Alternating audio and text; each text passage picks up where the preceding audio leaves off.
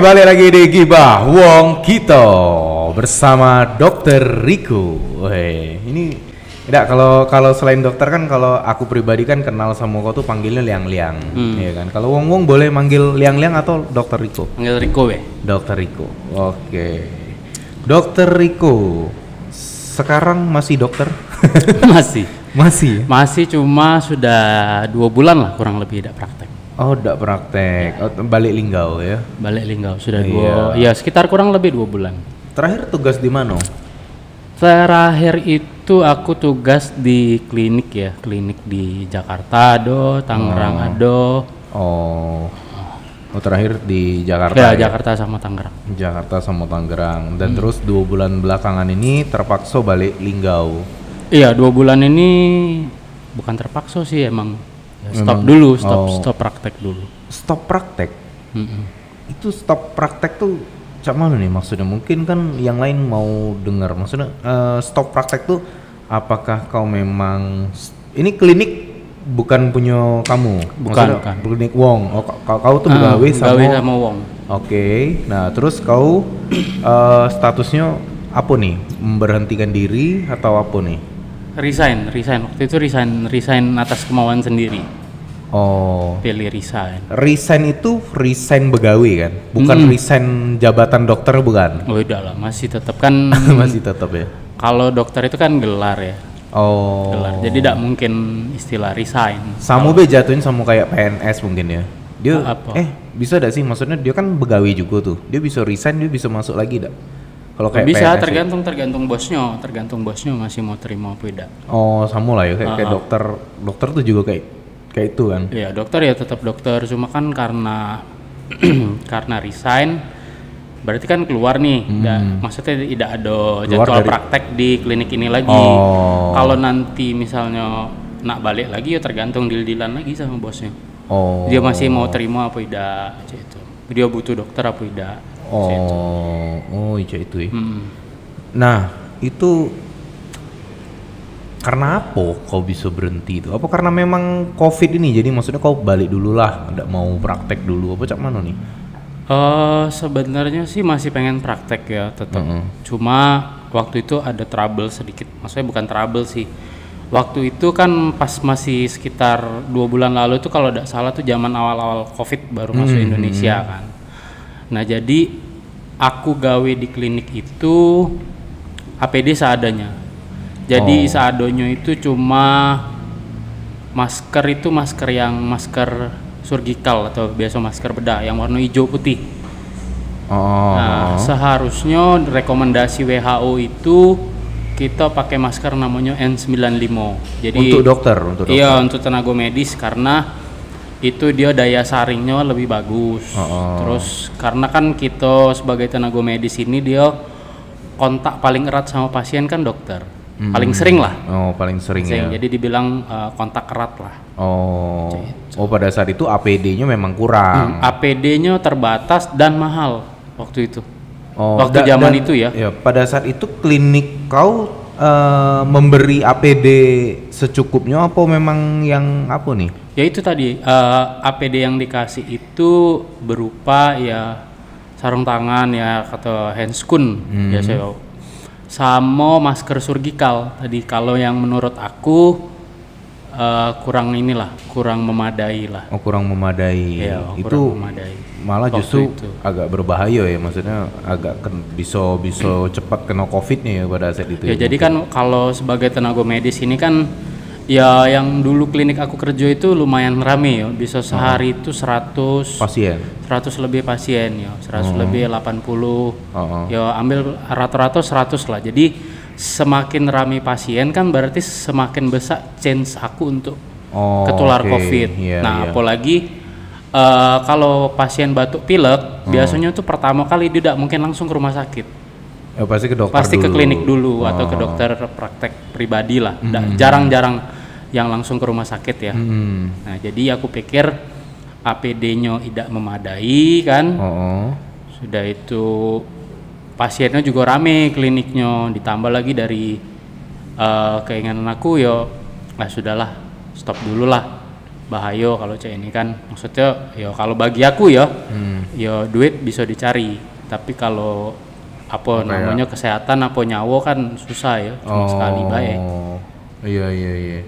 Dan kau tuh kan banyak yang ngomong bahwa kayak dokter, kayak perawat tuh kan garda depan ya kan.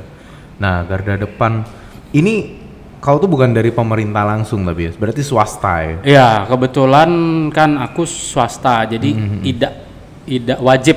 Oh, tidak wajib. Nah, beda sama misalnya kayak PNS ya atau dokter-dokter yang dari militer ya itu kan mereka wajib. Nah, kebetulan aku tidak wajib karena kan klinik pribadi, klinik swasta. Dan yang agak koreksi dikit ya, bukan garda terdepan sebenarnya. Dokter itu atau tenaga medis itu sebenarnya garda terbelakang. Garda terbelakang. Jadi sebenarnya kalau pasien itu, maksudnya uang ini tidak keluar rumah, harusnya kan tidak ketemu kita. Jadi kita tuh garda terbelakang. Jadi kalau dia masih namanya kena COVID, nah ujung-ujungnya akan ketemu medis gitu. Jadi bukan garda terdepan sih sebenarnya. Garda terdepan tuh masyarakat sendiri.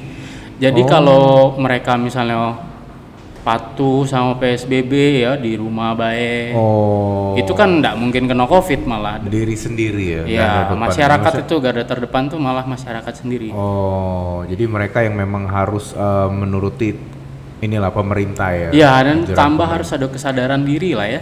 Kesadaran diri ya. Jadi ya cuma memang susah karena kan masalah ekonomi ya. Kalau itu ya aku tidak bisa ngomong. Cuma ya sudah, itulah. Oke. Jadi gara-gara APD-nya sedikit yang tidak mencukupi menurut kau tuh, jadi akhirnya kau memutuskan untuk resign dari perusahaan itu, dari klinik itu ya? Sama karena aku jengok pasien nih galak bohong lah ya. Pasien tuh galak bohong? Pasien galak bohong karena mungkin dia dengar tuh kan takut, jadi kan kalau dia ngaku COVID dia di isolasi takut, dia malu mungkin kan dikucilkan, jadi banyak yang bohong. Jadi aku pernah dapat pasien itu dia ngomong gejalanya batuk pilek, kalau ditanya kapan, masih baru ini dok. Terus aku tanya sempet kan, jadi dalam 2 minggu terakhir ini ada enggak riwayat pergi ke misalnya waktu zaman itu kan masih anget yang masih ngetren dari Cina, Hong Kong ya. Jadi sempat lah ditanya, tidak pernah ada pasti jawabannya. Aku tidak pernah dapat pasien yang ngaku. Tapi ternyata agak-agak misalnya giliran sudah ada gejala sesek, agak kadang-kadang baru ngaku. Banyak kan kejadian. Jadi di rumah sakit tuh Mas masuk di IGD ditanya riwayat apa dari mana, jawabnya tidak ati. Giliran lah sampai ruangan tiba-tiba sesek baru ngaku, 10 hari kemarin dari daerah yang misalnya ada di laporan tuh ada transmisi lokal lah, misalnya kita ambil contoh ya, misalnya kalau di Indonesia ya Jakarta misalnya, atau dari Cina, dari luar negeri lah yang memang sudah pandemi di sana. Oke. Nah, kan kau tuh berarti kau pernah menghadapi pasien yang mendekati COVID. Nah itu terakhir itu aku sebelum resign justru karena dapat yang ini suspek COVID. Jadi keluhannya dia batuk pilek, terus ada demam, ada sesek ya. Terindikasi lah ya. Ya indikasi lah. Jadi aku suruh dia saran periksa darah sama rongsen paru-paru. Nah dari hasilnya memang aku lihat sih mengarah ya. Jadi aku waktu itu coba telepon ke Dinkes. Karena kan di tempat aku klinik swasta, jelas ya untuk memastikan itu COVID apa bukan kan kita udah punya alatnya lah. Oke. Tadi kan pada saat kau cerita di klinik kau tuh kan berarti waktu itu belum ada rapid test ya yang kau bisa menduga itu kayak indikasi COVID. Jadi zaman dulu sih sebenarnya kita bukan pakai rapid ya untuk apa namanya untuk memastikan dia COVID atau bukan ya. Jadi biasanya itu kita lihat dari gejala ya, gejala, riwayat bepergian, sama hasil lab dulu untuk screening awal ya. Jadi gejalanya COVID itu kan dia demam ya, demam disertai dengan gejala lain, misalnya ada gangguan pernafasan seperti misalnya batuk, pilek ya, tenggorokan kering, sesak nafas. Nah terus kita curiga ke arah COVID kan, jadi waktu itu aku curiga ke COVID, jadi aku rujuk dia. Jadi rujuk untuk apa namanya cek darah ya, waktu itu masih cuma pemeriksaan darah lengkap, jadi cek darah sama rongsen. Jadi untuk ini indikasi COVID bukan sih, jadi aku kirim dia ke lab. Nah kebetulan labnya itu kan kerja sama klinik ya, dan posisinya deket, jadi pasiennya ke sana, aku telepon, memang indikasi ke arah COVID. Jadi waktu itu aku sempet telepon ke hotline yang COVID Jakarta ya. Jadi ceritalah dapat pasien C ini, gejalanya C ini, dari hasil lab pemeriksaan darah lengkap sama rongsen sih suspek ke arah COVID ya. Jadi maksudnya ini arahannya mesti kemana nih. Jadi waktu itu sama dari hotline-nya itu aku lupa namanya dokter siapa ya.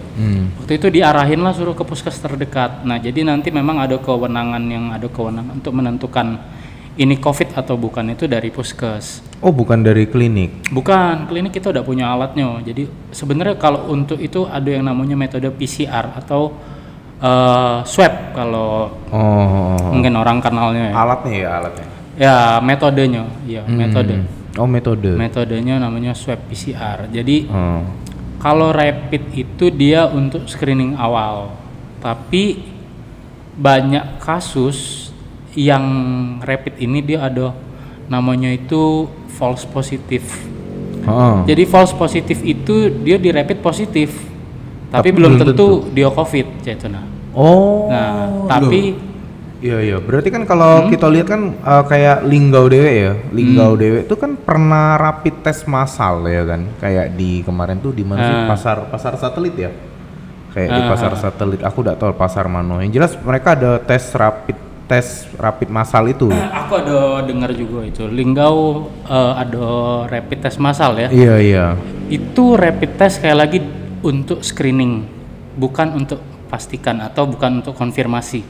Nah dari yang di screening, kalau ini yang aku tahu ya, aku maksudnya tidak tahu kalau yang Linggau lakuin cak mana ya. Jadi kalau yang pertama itu kalau dia rapidnya positif atau gejalanya ada yang tadi yang aku ngomong demam disertai gangguan pernafasan, itu dia tujuannya sih untuk memilih sebenarnya mana sih wong yang perlu isolasi cek tuh, nah sambil nanti dikonfirmasi dengan PCR tadi. Gitu. Jadi kalau rapid positif belum tentu positif corona. Belum tentu positif corona. Tapi kalau swab atau PCR tadi sudah positif, sudah pasti. Nah, jadi jangan salah ini. Maksudnya jangan salah. Kadang-kadang kan kita kan takutnya kan dari mulut ke mulut juga ya. Maksudnya kadang-kadang media juga kadang salah info juga. Melihat rapid jadinya positif, tahu-tahu diomong positif corona. Nah, itu tuh yang kadang-kadang ini ya. Jadi statusnya tuh apa begitu mereka sudah cek nih? Itu kan kayak ini ya, kayak kalau kita lihat kayak alat buat tes ini ya, tes kehamilan itu kan. Nah begitu sudah positif, nah apa nih, apakah uang ini sudah jadi PDP atau apa nih? Kita ini dulu, kita lihat dulu ya. Jadi PDP, ODP atau istilah-istilah dalam COVID lah ya. Jadi yang pertama itu ada namanya ODP. ODP itu dia cuma satu gejala. Jadi dia ada satu gejala. Misalnya dia ada demam, atau misalnya dia ada gangguan pernapasannya baik, batuk, pilek, terus dia ada misalnya memang dia tinggal atau ada riwayat bepergian dari daerah yang punya transmisi lokal atau yang misalnya kita sebut tuh biasanya zona merah lah. Dia ini pernah dari zona merah, atau misalnya dia ini tinggal di mana, di zona merah apa tidak. Jadi itu ODP. Intinya sebenarnya ODP sama PDP itu beda dari gejala baik. Jadi kalau ODP ini dia cuma satu gejala, kalau PDP ini dia kumpulan tadi. Jadi sudah ada demam, sudah ada ini gangguan pernapasan, sama kalau yang aku tahu tuh kalau PDP itu adonian memang riwayat kontak erat sama pasien positif. Kan ODP itu kan orang dalam pantauan. Orang ya kan? dalam Kalau PDP kan pasien. Berarti dia sudah check up dong. Berarti dia sudah sudah ke dokter. Belum, justru hasilnya belum ada yang menentukan. Jadi cukup dengan misalnya kita linggau ya. Misalnya kita linggau ini zona merah. Jadi kalau aku misalnya sudah ada batuk, terus aku tinggal di linggau, aku ODP. Nah, kalau aku ada batuk sama demam, aku tinggal di linggau, aku PDP. Gejalanya itu lebih banyak atau lebih parah lah. Kalau tapi PDP. Belum tentu positif. Belum tentu positif. Nah, yang ketiga ada namanya OTG. OTG itu dia orang tanpa gejala. Jadi dia hasilnya sudah positif. Ini hasil PCR tapi ya bukan rapid ya. Hasil PCR-nya positif tapi dia tidak punya gejala. Dia udah batuk. Tidak ada gejala, tidak ada batuk sama sekali, tidak ada gejala. Sehat bisa. Itu bisa ya? Bisa, itu terutama pada orang-orang yang imun masih bagus ya, umur remaja. Saya dari 20 sampai 30-an lah ya, masih imun tubuh masih bagus ya. Intinya kuncinya di imun sih. Jadi ada beberapa sama yang konfirmasinya tadi memang sudah memang positif.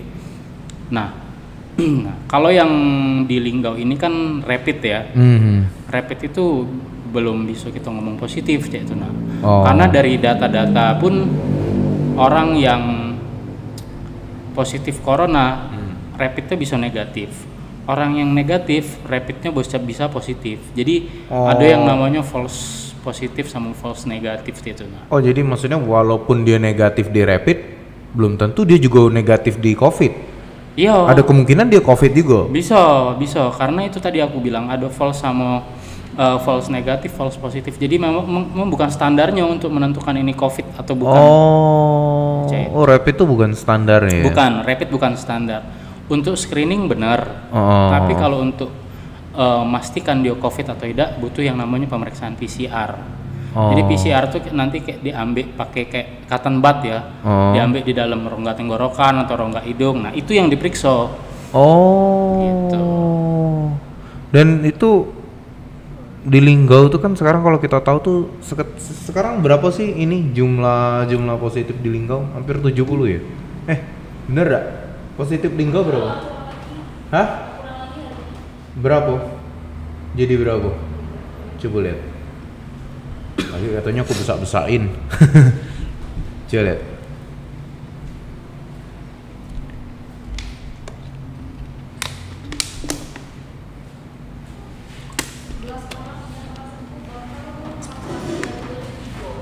Dari 73. Dari 73 jadi 41. Menurun berarti.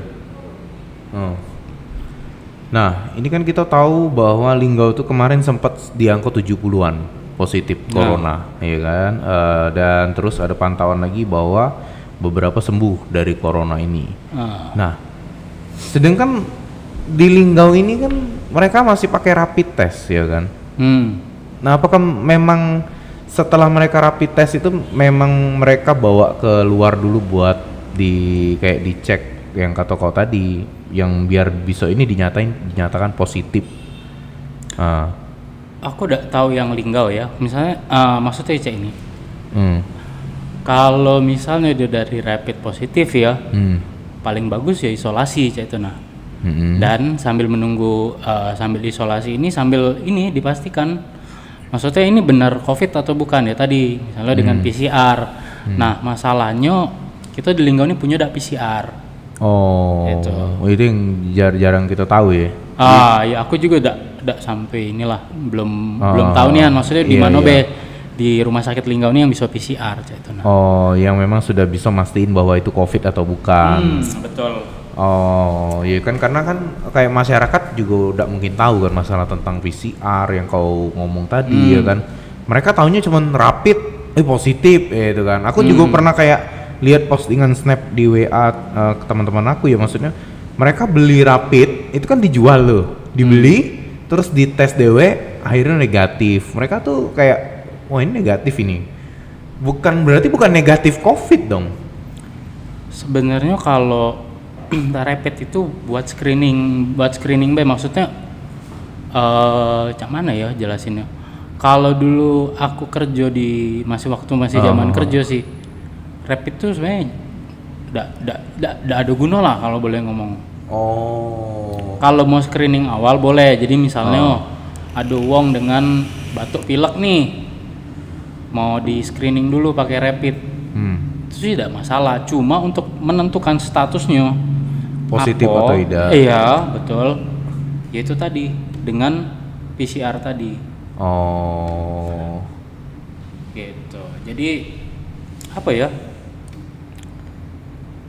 Ya sebenarnya sih tidak salah juga kalau untuk yang minimal mindset mereka sudah lebih turun ya.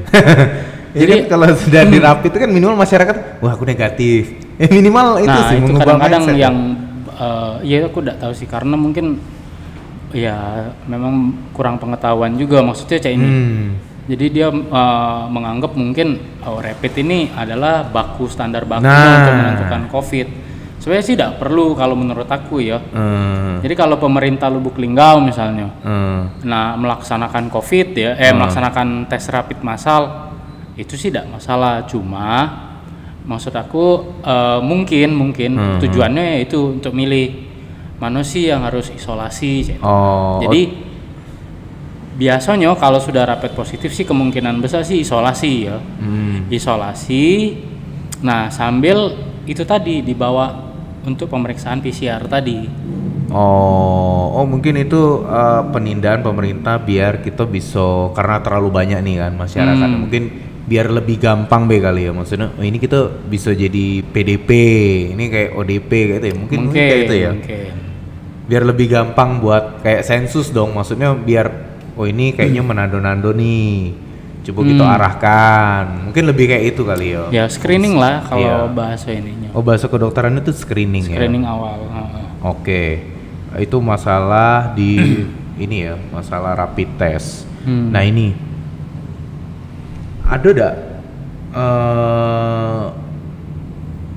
saran-saran kamu apa nih buat masyarakat Linggau biar ini kan kalau kita lihat tuh meningkat terus, ya kan? Nah apa nih? Ya untung-untung ada yang sembuh sekarang, sudah banyak yang sembuh, ya kan? Nah apa nih maksudnya biar kita tuh tidak meningkat jumlah positifnya? Ada nggak sih saran-saran buat? Jadi kan kalau mau ngomong supaya pencegahan, kita harus tahu dulu nih cak mana sih COVID ini menyebar cak itu Nah jadi kan COVID ini menyebar melalui udara, bukan udara sih, jadi bersin.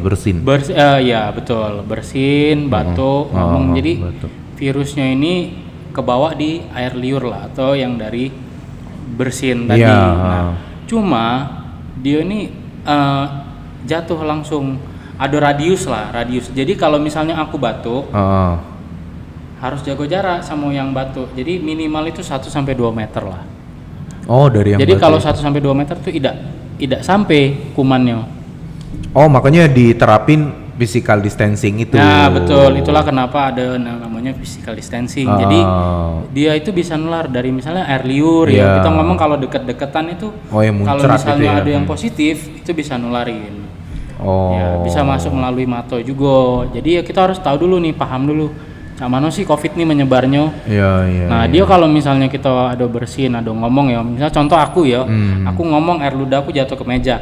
Jadi kalau ini aku misalnya positif ya, jadi di meja ini ada COVID, makanya juga kita dihimbau supaya sering-sering cuci tangan tuh ngapo. Nah inilah contoh, misal aku pegang, kan aku udah tahu ini. Nah misalnya aku makan apa ngelap mata, ngelap hidung, masuk kumannya. Jadi ya yang pertama-tama ya jelas pakai masker ya. Pakai masker. Pakai masker. Kalau mau keluar rumah pakai masker. Kalau misalnya memang tidak perlu nian, tidak usahlah keluar rumah. Nah, hindari keramaian atau physical distancing ya. Sama ya sering-sering cuci tangan. Jadi cuci tangan. Sebelum pegang muko itu wajib cuci tangan. Karena apa? Karena kita misalnya tidak tahu. Karena kan kita tidak bisa jenguk virus. Misalnya ada wong positif. Tadi ada misalnya ngomong di meja ini, aku pegang, nah kenolah bisa. Jadi makanya sebelum aku pegang muko atau sebelum makan ya. Cuci tangan dulu. Cuci tangan dulu pakai sabun, pakai hand sanitizer. Itu fungsinya biar. Fungsi cuci tangan. Kenapa kita harus cuci tangan? Oke, itu beberapa tips dari Dokter Rico biar kita tuh untuk mengurangi penyebaran COVID ya kan. Betul. Ini kan, sekarang nih kita lihat pemerintah tuh sedang mengumumkan